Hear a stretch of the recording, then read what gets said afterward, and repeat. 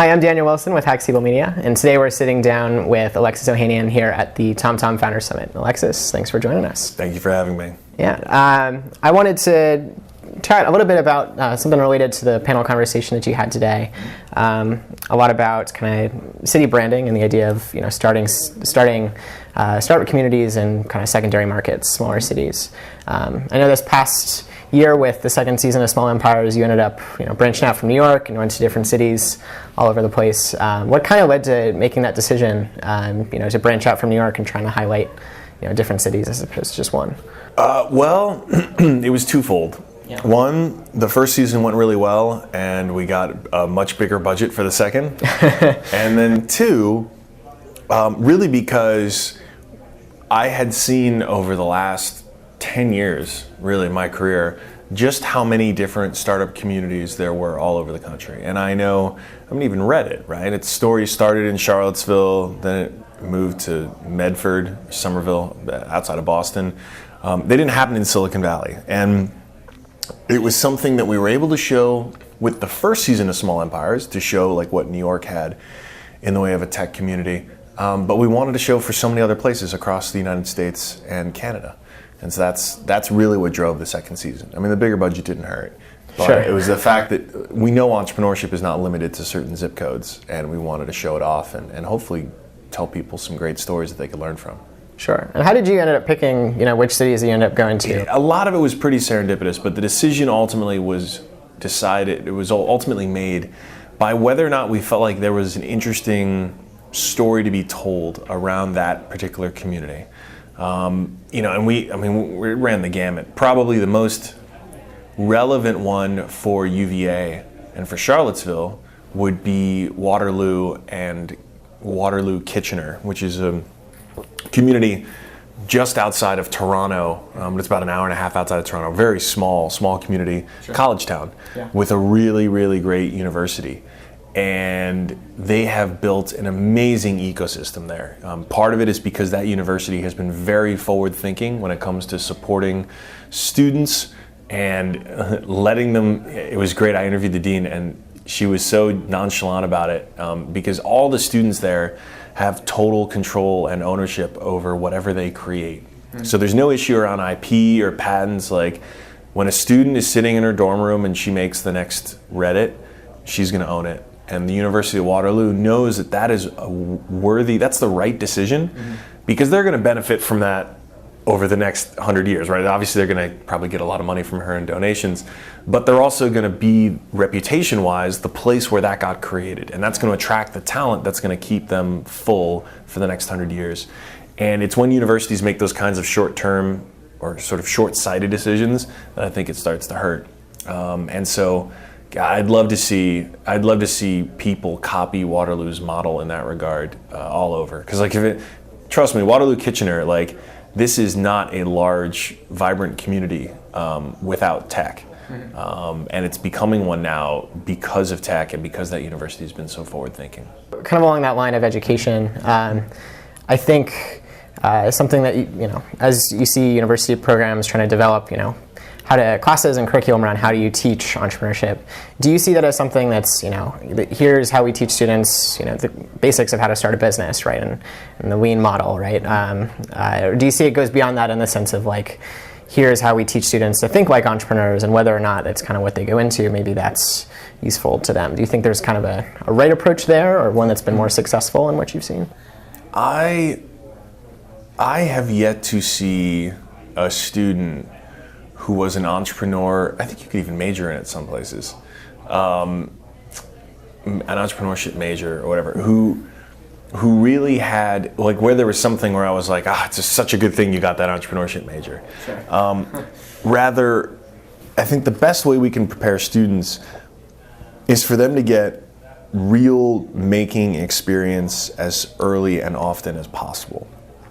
And that runs the gamut, right? That can be any variety of things. It could be, it could be soldering Arduinos. It could be writing code. It just anything around it. It could be, buying 500 T-shirts and trying to find ways to sell it and make a profit.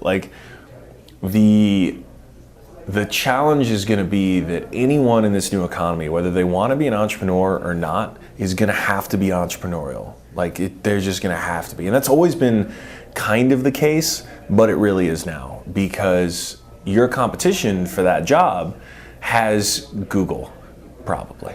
And your competition for that job can self-teach whatever skills he or she is going to need. And so what that means is, like, we, as people who are thinking about education systems, should be preparing our students as much as possible for that world. And you heard everyone on the panel talking about some version of this. So I think it's fine that there might be a couple entrepreneurship classes. They should be really simple. It should be like, here's $100, make it 1,000, or you have 3 months to build something that has 1,000 users, or something geared around doing, and then combined with, frankly, work study. That's one of the things that, to go back to the University of Waterloo, they're doing so well, is because you spend a semester actually in a job working. And this is, co-op programs are not anything new, but they're a big part of what's preparing students for when they graduate, because they're actually coming out of it having done stuff. And that's the challenge, because we're not anywhere close right now. And it's going to be really important. I think a lot of the skills and lessons that students learn, through doing classes and programs like that, are really helpful in kind of helping them learn and grow and develop, regardless of whether or not they want to start a business. But it can turn a lot of folks off, like, right from the beginning. And I wonder if, there are ways to kind of bring more students into the fold and realize that this is something, that they'd be interested in pursuing or can help them out. But I guess that word entrepreneurship can kind of get in the way sometimes. People weren't so intimidated by it or upset by it. What's the pushback you hear? Like, do people just say, I don't want to start a company? Well, they're like, oh, I'm not an entrepreneur, that's for comp school, right? Yeah, it's, oh man. What do you say to that? I'm curious. Well, everyone is, because I would ask, well, so what are you interested in? What do you want to do? And what are they going to say? I love pottery. Cool. Okay. Do you love making pottery, or do you love learning about pottery? I love making pottery. All right. Well, I guess that's too obvious. That's too easy. But there is entrepreneurship in any endeavor you are going to have. That does not mean you're going to go start a company, but it does mean there are going to be times in your career when you're just going to have to figure shit out.